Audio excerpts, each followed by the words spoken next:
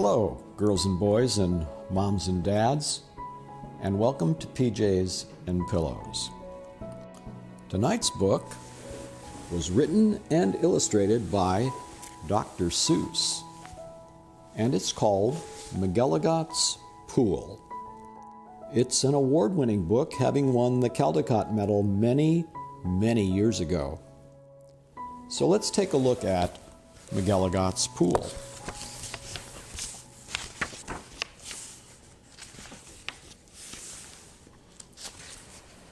"Young man," laughed the farmer, "you're sort of a fool. You'll never catch fish in McELLIGOT'S pool.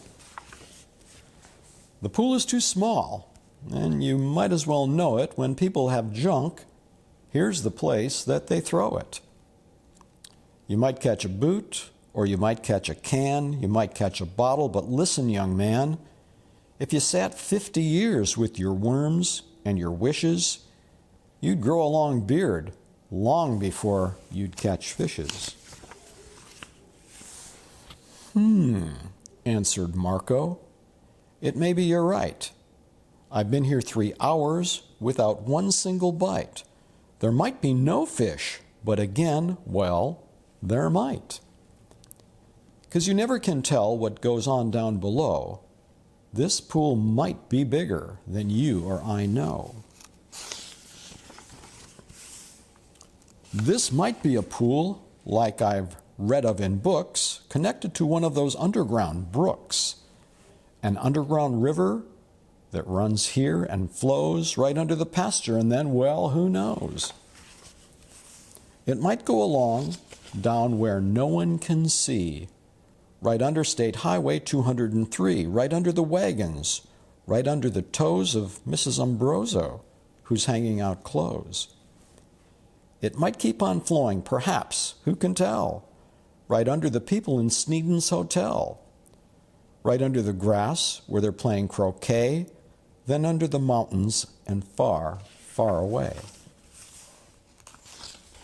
This might be a river, now mightn't it be, connecting McELLIGOT'S pool with the sea? Then maybe some fish might be swimming toward me. If such a thing could be, they certainly would be. Some very smart fellow might point out the way to the place where I'm fishing, and that's why I say, if I wait long enough, if I'm patient and cool, who knows what I'll catch in McELLIGOT'S pool. I might catch a thin fish. I might catch a stout fish. I might catch a short or a long, long drawn-out fish. Any kind, any shape, any color or size, I might catch some fish that would open your eyes.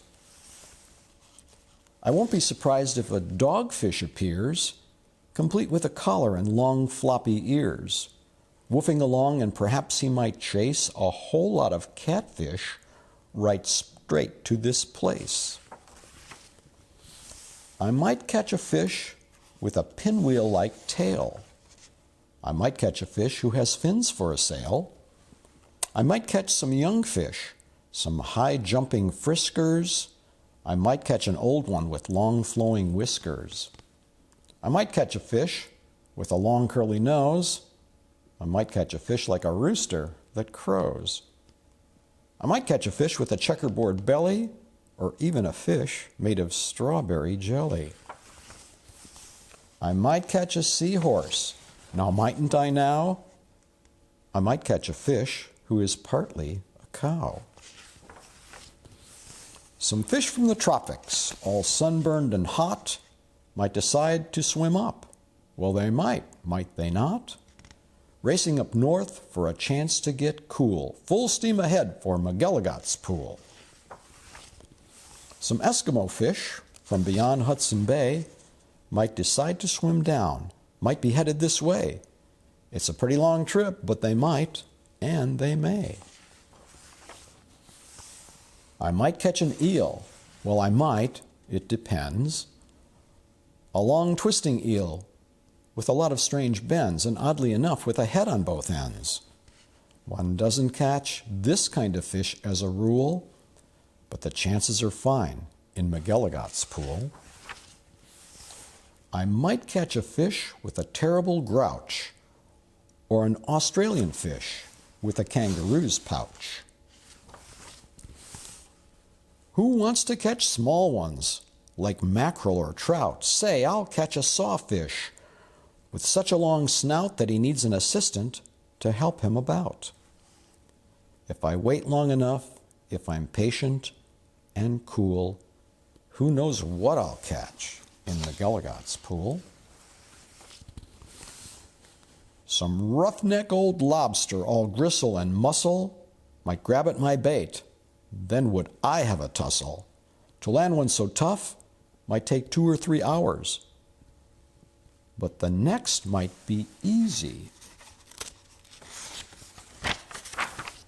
The kind that likes flowers.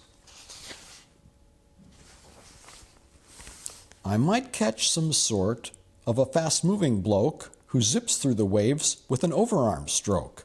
I might and I may, and that's really no joke. A fish even faster, a fish, if you please, who slides down the sides of strange islands on skis. He might ski over and pay me a visit. That's not impossible, really. Now, is it? Some circus fish, fish from an acrobat school, might stage a big show in McElligot's pool.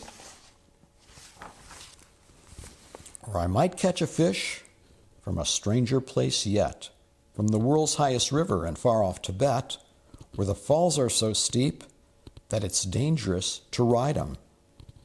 So the fish put up chutes, and they float down beside 'em.